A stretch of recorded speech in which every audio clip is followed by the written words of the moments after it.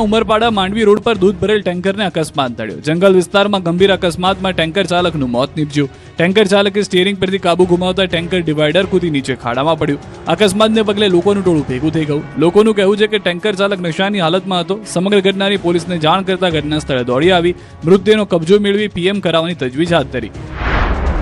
આ તરફ અરવલ્લીના ભિલોડા પાસે આવેલા નાંદોજ ડાયવર્ઝન નજીક ગમકવાર અકસ્માત સર્જાયો. મોડી રાત્રે એક બાઇક અચાનક રોડ નજીકના ઊંડા ખાડામાં ખાબકી હતી.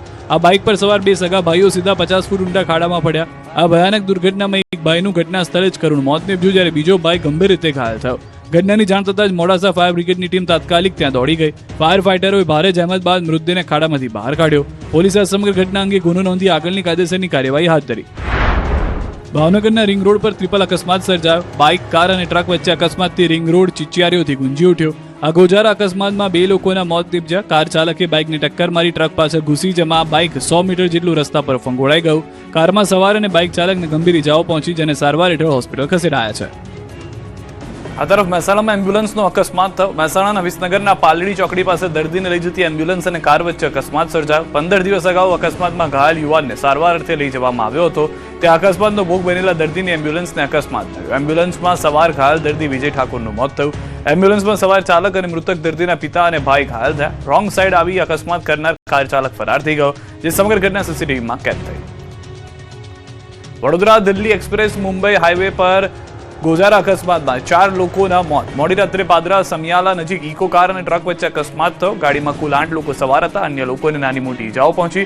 પરિવાર મહેસાણા જવા નીકળ્યો હતો. રસ્તો ભૂલી જતા સમિયાલા પહોંચી ગયા. વડોદરાના અપાણ ગોત્રી વિસ્તારના રહેવાસી આ લોકો મહેસાણા જવા નીકળ્યા હતા, જે તેમની કારને અકસ્માત નડ્યો હતો.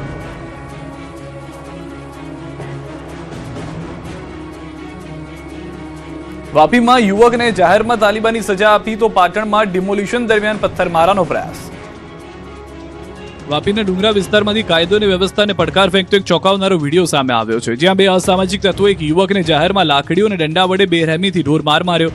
સોશિયલ મીડિયા પર વાયરલ થઈ રહેલા આ ખૌફનાક વિડીયોમાં સ્પષ્ટ જોઈ શકાય છે કે આ બંને શખ્સો કાયદાના કોઈ પણ ડર વગર યુવક પર તૂટી પડ્યા છે અને તેને નિર્દયતાથી ફટકારી રહ્યા છે. ભોગ બનનાર યુવકે કોઈ છોકરીની છેડતી કરી હોવાની ચર્ચા છે, જેની સજા આપવા માટે આ તત્વોએ પોતે જ કાયદો હાથમાં લીધો. હજુ સુધી આ મામલો પોલીસ ચોપડે કોઈ સત્તાવાર ફરિયાદ સાથે નોંધાયો નથી. ત્યારે સવાલ એ ઉઠે છે કે વાપીમાં ખાખીનો ખૌફ કેમ ઓગળી રહ્યો છે. આ તરફ પાટણમાં દબાણ હટાવવાની કામગીરી દરમિયાન પથ્થરમારાનો પ્રયાસ થયો. નગરપાલિકાના ચીફ ઓફિસરે પદ્મનાથ વિસ્તારમાં દબાણ હટાવવાની કાર્યવાહીનો વિડીયો સોશિયલ મીડિયામાં વાયરલ કર્યો, જેમાં દબાણકારોનું ટોળું હાથમાં પથ્થરો લઈને ફરતું જોવા નજરે પડી રહ્યું છે. આ ટોળું હાથમાં પથ્થરો લઈને નગરપાલિકાના કર્મચારીઓ સામે પહોંચ્યું. ગેરકાયદેસર વસવાટ હટાવવા દરમિયાન માથાકૂટ થઈ હતી, જે બાદ પોલીસને જાણ કરાતા બબાલ કરનારાઓની અટકાયત કરાઈ હતી. વલસાડમાં ડિલિવરી બોયે 13મા માળેથી લગાવી મોતની છલાંગ. વલસાડ શહેરમાં ધ્રુજાવી દેતા દ્રશ્યો સામે આવ્યા છે, જ્યાં ડિલિવરી બોયે 13મા માળેથી મોતની છલાંગ લગાવતા ચકચાર મચી ગઈ છે. નવા ગુજરાત હાઉસિંગ બોર્ડ સોસાયટીમાં આવેલી દમણગંગા બિલ્ડિંગના 13મા માળેથી યુવકે મોતની છલાંગ લગાવી દીધી. યુવકના આપઘાતની ઘટના સીસીટીવી કેમેરામાં કેદ થઈ ગઈ. આ સીસીટીવી ફૂટેજમાં જોઈ શકાય છે કે યુવક 13મા માળેથી કૂદીને મોતને વહાલું કરી લે છે. મૃતક યુવકની ઓળખ માનવ તરીકે થઈ છે, જે ફૂડ ડિલિવરી બોય તરીકે કામ કરતો હતો. પ્રાથમિક માહિતી મુજબ માનવ પર દેવું વધી ગયું હોય અને તે આર્થિક સંકળામણનો સામનો કરી રહ્યો હતો. આ જ આર્થિક તંગીથી કંટાળીને આખરે તેણે આત્મઘાતી પગલું ભર્યું હોવાની શંકા સેવાઈ રહી છે. મહત્વની વાત એ છે કે માનવના પરિવારમાં હવે માત્ર તેની માતા અને બહેન જ બચ્યા છે, જેમનો સહારો છીનવાઈ ગયો છે. સુરતમાં ચાની કિટલીએ બબાલમાં 2 મિત્રોના લાઈવ મર્ડર. ડાયમંડ સિટી તરીકે ઓળખાતા સુરતમાં ફરી એકવાર કાયદો વ્યવસ્થાની સ્થિતિ સામે સવાલ ઉઠ્યા છે. સુરતના સિંગણપુરમાં ડબલ મર્ડરની ઘટનાથી ચકચાર મચી છે. મોડી રાત્રે ચાની હોટલે 2 મિત્રો ચા પીવા ગયા. તે દરમિયાન સામાન્ય બાબતે અન્ય યુવકો સાથે ઝઘડો થયો અને તે ખેલાયો ખૂની જંગ, જે સમગ્ર ઘટના સીસીટીવી કેમેરામાં કેદ થઈ. તેમાં જોઈ શકાય છે કે કેટલાક લોકો ટી સ્ટોલ પર બબાલ કરી બાદમાં મારામારી કરી રહ્યા છે. 10 થી 15 જેટલા યુવકોએ હથિયારો સાથે બંને મિત્રો પર હુમલો કર્યો, જેમાં હર્ષિલ પાટીલ અને ભટ્ટુ માળી નામના યુવકને ચપ્પુના ઘા મારતા ગંભીર રીતે ઇજાગ્રસ્ત થયા. લોહી લુહાણ હાલતમાં બંનેને સ્મીમેર હોસ્પિટલ ખસેડાયા, પરંતુ ટૂંકી સારવારમાં જ મોત નીપજ્યા. બંને મિત્રોના મોતથી પરિવાર પર આપ ફાટ્યું. હાલ સિંગણપુર પોલીસે ગુનો નોંધી વધુ તપાસ હાથ ધરી છે. ત્યારે ફરી એકવાર સુરત પોલીસની નાઇટ પેટ્રોલિંગની કામગીરી પર સવાલ ઉઠ્યા છે. મોંઘવારીના મારથી જનતા ત્રસ્ત. ગેસ સિલિન્ડરના ભાવમાં 29 રૂપિયાનો વધારો ઝીકાયો.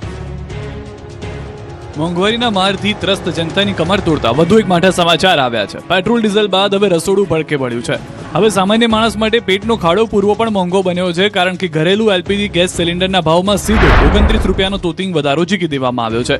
ગઈકાલ સુધી જે સિલિન્ડર 920 રૂપિયામાં મળતું હતું તેના માટે આજથી ગ્રાહકોને 949 રૂપિયા ચૂકવવા પડશે. આંચકો નાનો નથી, કારણ કે છેલ્લા માત્ર 3 મહિનામાં ઘરેલું એલપીજીના ભાવમાં બીજી વખત વધારો કરવામાં આવ્યો છે. દેશભરના કરોડો ગ્રાહકો પર આંકડો બોજ થોપી દેવાયો છે. ગેસ સિલિન્ડરના ભાવ વધારાથી અમદાવાદની ગૃહિણીઓનું બજેટ ખોરવાયું છે.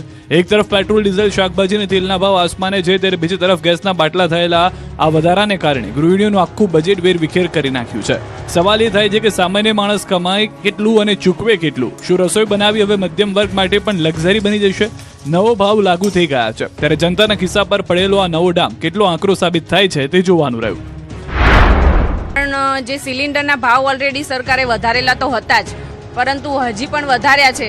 તો મારી સરકારને એવી અપીલ છે કે હવે આ ભાવ વધારો જે છે એને વધારવો જોઈએ નહીં.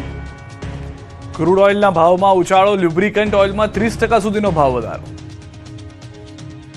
આંતરરાષ્ટ્રીય સ્તરે ખાડી ક્ષેત્રમાં સર્જાયેલી અસ્થિરતા અને યુદ્ધ જેવી પરિસ્થિતિઓના કારણે ક્રૂડ ઓઇલના ભાવમાં સતત વધારો નોંધાઈ રહ્યો છે. તેની સીધી અસર હવે લ્યુબ્રિકન્ટ અને એન્જિન ઓઇલના બજારમાં જોવા મળી રહી છે. વાહનો, મશીનરી, ખેતીના સાધનો તેમજ ઔદ્યોગિક એકમોમાં વપરાતા વિવિધ પ્રકારના ઓઇલના ભાવમાં અંદાજે 30% સુધીનો વધારો નોંધાયો છે.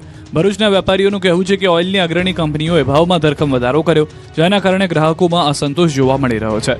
જ્યારે નાની ઓઇલ કંપનીઓ માટે બજારમાં ટકી રહેવું મુશ્કેલ બન્યું છે. પરિણામે મોંઘવારીનો વધુ એક ફટકો સામાન્ય નાગરિકોને સહન કરવો પડી શકે છે. તો આ તરફ એક રાહતના સમાચાર પણ સામે આવ્યા છે. એલપીજી ભરેલું વધુ એક જહાજ પોરબંદર પહોંચ્યું. 6600 મેટ્રિક ટન ભરેલું બ્રેવ જહાજ જેટી પર પહોંચ્યું. ઈરાનના ખર્ગ આઇલેન્ડથી એલપીજીનો મોટો જથ્થો લઈ જહાજ પોરબંદર પહોંચ્યું. આ ટેન્કરનો એલપીજીનો જથ્થો જાવર વિસ્તારમાં આવેલા ગાજ એલપીજી ટર્મિનલ ખાતે ઠાલવવામાં આવ્યો.